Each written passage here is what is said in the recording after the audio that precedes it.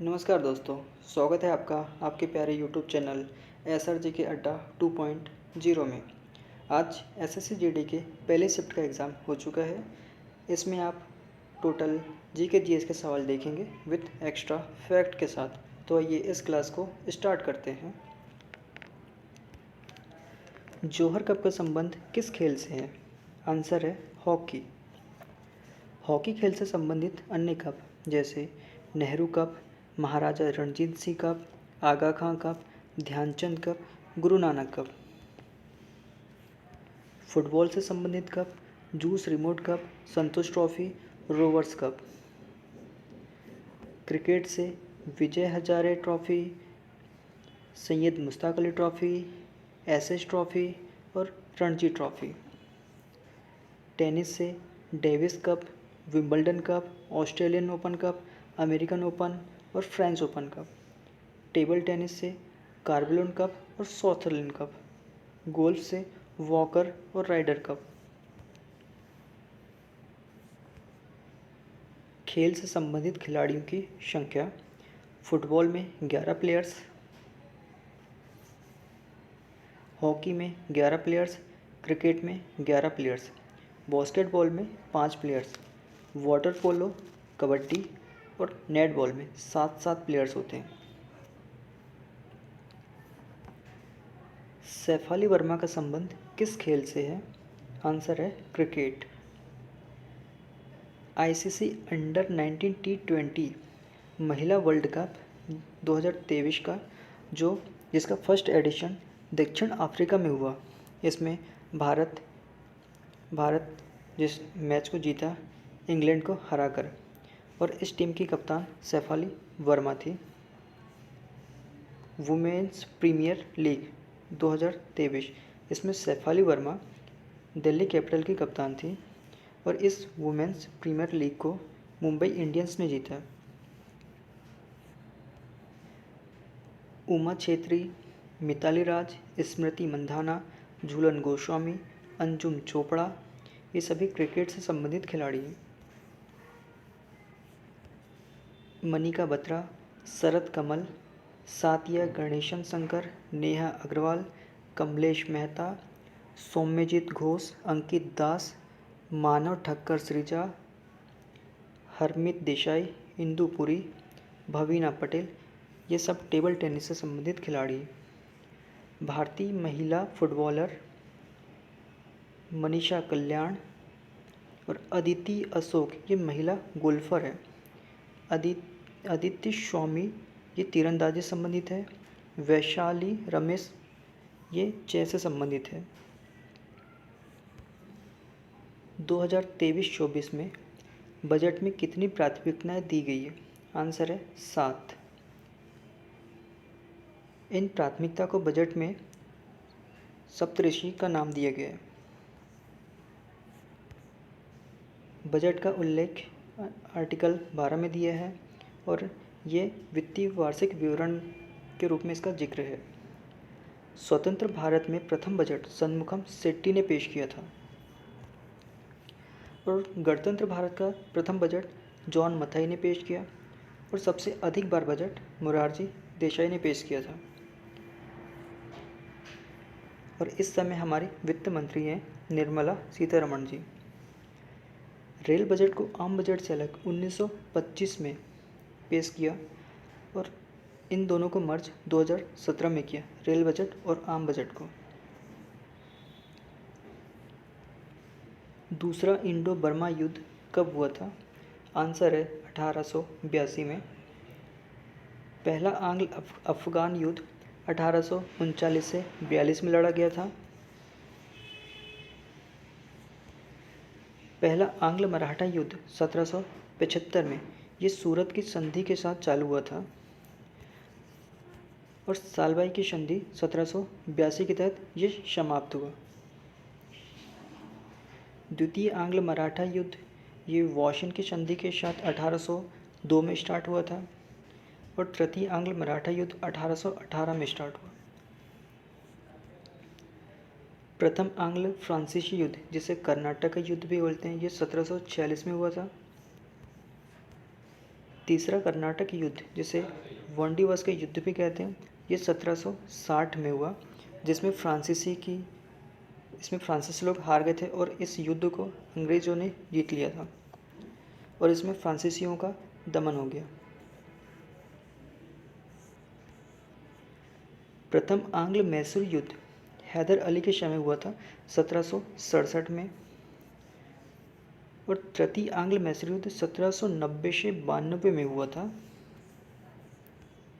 जो चतुर्थ आंग्ल मैसूर युद्ध हुआ, इसमें टीपू सुल्तान की मृत्यु हो गई थी, जो 1799 में हुआ था। तराइन की 2 लड़ाई हुई थी। प्रथम लड़ाई 1191 में, दूसरी 1192 में। जो 1191 में हुई थी, इसे पृथ्वीराज चौहान ने जीता था, और जो 1192 में हुई, ये मोहम्मद गौरी ने जीता इसे। पानीपत की 3 लड़ाई हुई, पहली 1526 में, दूसरी 1556 में और तीसरी 1761 में।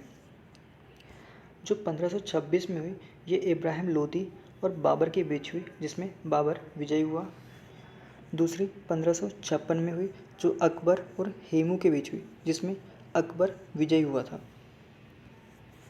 और तीसरी 1761 में हुई, अहमद शाह अब्दाली और मराठाओं के बीच, जिसमें अहमद शाह अब्दाली जीता था। मौर्य वंश का अंतिम शासक कौन था? आंसर है बृहद्रथ। और मौर्य वंश का संस्थापक चंद्रगुप्त मौर्य थे। इन्होंने धनानंद को हराकर नंद वंश जो नंद वंश का अंतिम शासक था, उसे हराकर इन्होंने मौर्य वंश की स्थापना की थी चंद्रगुप्त मौर्य ने। गुप्त वंश के संस्थापक श्रीगुप्त थे और गुप्त वंश के अंतिम शासक स्कंदगुप्त। हर्यक वंश के प्रथम शासक बिंबिसार, हर्यक वंश के अंतिम शासक नागदशक। सुप्रीम कोर्ट में वर्तमान महिला न्यायाधीश कौन है? आंसर है बेला त्रिवेदी। सुप्रीम कोर्ट में प्रथम महिला न्यायाधीश फातिमा बीबी 1890 में, और ये फातिमा बीबी तमिलनाडु में राज्यपाल के तौर पर कार्य कर चुकी हैं, और इनका निधन हाल ही में 2024 में हुआ और इन्हें पद्म भूषण दिया गया है। सुप्रीम कोर्ट में दूसरी महिला न्यायाधीश सुजाता मनोहर हैं, और वर्तमान में 3 महिला न्यायाधीश जो सुप्रीम कोर्ट में कार्यरत हैं, हेमा कोहली, बीवी नागरत्न और बेला त्रिवेदी। सुप्रीम कोर्ट अभिलेख न्यायालय किस अनुच्छेद के तहत है? तो आंसर है 129 आर्टिकल्स के तहत। और हाई कोर्ट 124 आर्टिकल्स के तहत। सुप्रीम कोर्ट को परामर्श, अपीली तथा मूल अधिकार प्राप्त हैं, और इसकी सुप्रीम कोर्ट आधुनिक रूप से 28 जनवरी 1950 को इसकी स्थापना हुई।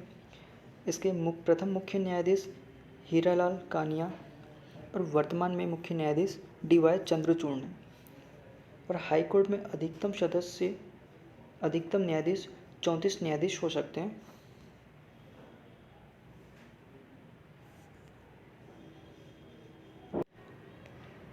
और सुप्रीम कोर्ट का गठन सबसे पहले कोलकाता में हुआ था, कोलकाता के फोर्ट विलियम्स में।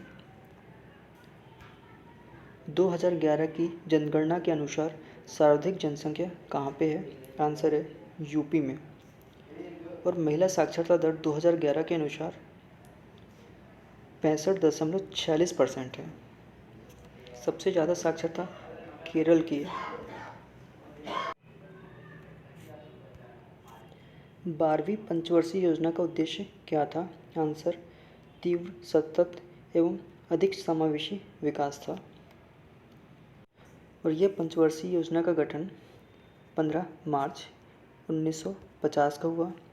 इसके अध्यक्ष जवाहरलाल नेहरू थे और इसके प्रथम उपाध्यक्ष गुलजारीलाल नंदा थे।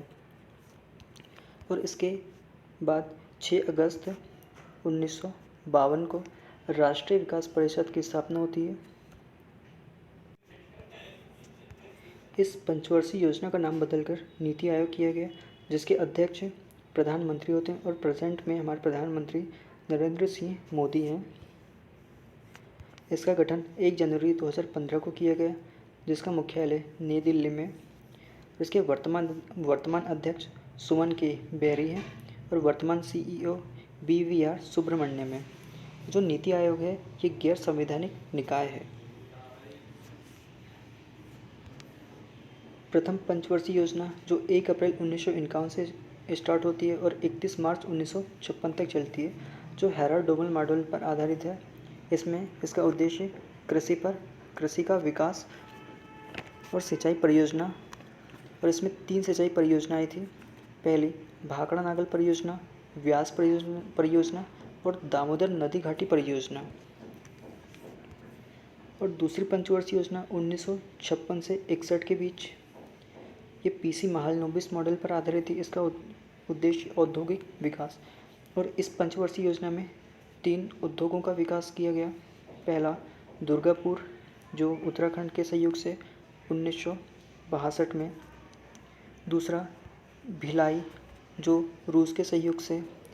और तीसरा राउरकेला, जो जर्मनी के सहयोग से।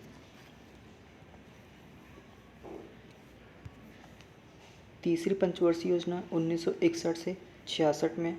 इसका उद्देश्य अर्थव्यवस्था को आत्मनिर्भर बनाना, कृषि एवं उद्योग पर बल दिया गया।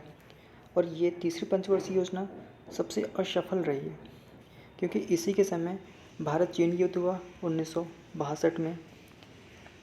और इसी पंचवर्षीय योजना के समय 1965 से 66 में सूखा पड़ा। 1964 में और 1964 में रूस के सहयोग से झारखंड में बोकारो आयरन स्टील प्लांट की स्थापना की गई थी। चौथी पंचवर्षीय योजना 1969 से 74 के बीच, जो DR गॉडगिल मॉडल पर आधारित थी। इसका उद्देश्य स्थिरता के साथ आत्मनिर्भरता पर बल दिया गया। और इस समय 1969 में इसरो की स्थापना होती है। इसका हेडक्वार्टर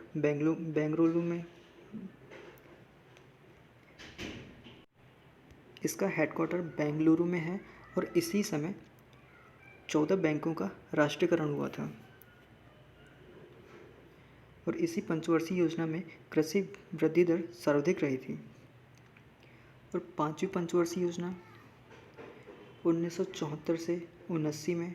इसका उद्देश्य गरीबी उन्मूलन, निवारण और आत्मनिर्भरता पर बल दिया गया। इस समय सरकार इंदिरा गांधी की सरकार थी। और इसी पंचवर्षीय योजना में गरीबी हटाओ का नारा दिया गया। ये सिर्फ 4 साल चली और इसमें 20 सूत्री मांगे दी गई थी।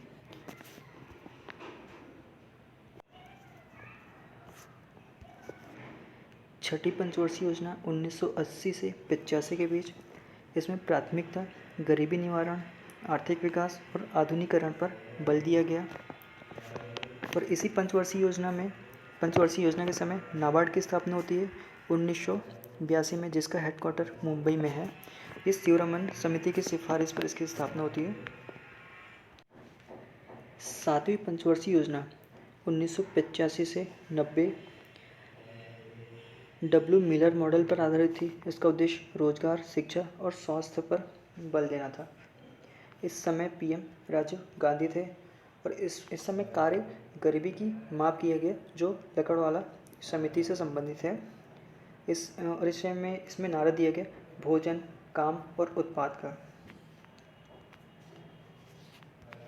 आठवीं पंचवर्षीय योजना 1992 से 97 के बीच चली। इसका उद्देश्य मानव शक्ति और पूर्ण उपयोग। और इसी आठवीं पंचवर्षीय योजना में LPG लिबरलाइजेशन, प्राइवेटाइजेशन और ग्लोबलाइजेशन पर बल दिया गया। और 1995 में भारत WTO का सदस्य बना था। इस समय प्रधानमंत्री PV नरसिम्हन राव थे। नौवीं पंचवर्षीय योजना 1997 से 2002 तक चली। इसका उद्देश्य कृषि एवं ग्रामीण विकास, कीमत स्थिरता और जनसंख्या पर रोक।